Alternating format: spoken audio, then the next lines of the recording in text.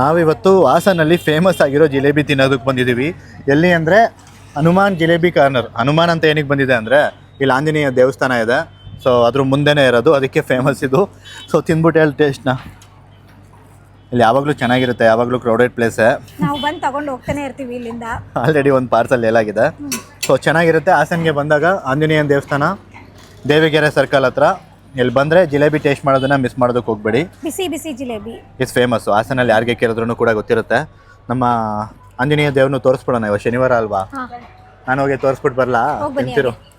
ನಮ್ಮ ಬಾಸ್ ದರ್ಶನನ ಮಾಡಿಸ್ಬಿಟ್ಟು ಬಂದು ಇಲ್ಲಿ ಜಿಲೇಬಿ ಯಾವಾಗಲೂ ಕೂಡ ಚೆನ್ನಾಗಿರುತ್ತೆ. ನಂಗೆ ಯಾಕೋ ಇದೊಂದು ಕವರ್ ಇಷ್ಟ ಆಗಲಿಲ್ಲ, ಅದು ಬಿಟ್ಟರೆ ಟೇಸ್ಟ್ ವೈಸ್ ಎಲ್ಲ ಸಖತ್ತಾಗಿರುತ್ತೆ. ಪಾರ್ಸಲು ಕೂಡ ಸಿಗುತ್ತೆ ನೋಡಿ, ಎಷ್ಟೊಂದು ಬಾಕ್ಸ್ ಇಟ್ಕೊಂಡಿದ್ದಾರೆ. ಸೊ ಪಾರ್ಸಲ್ ತೊಗೊಂಡೋಗಿ.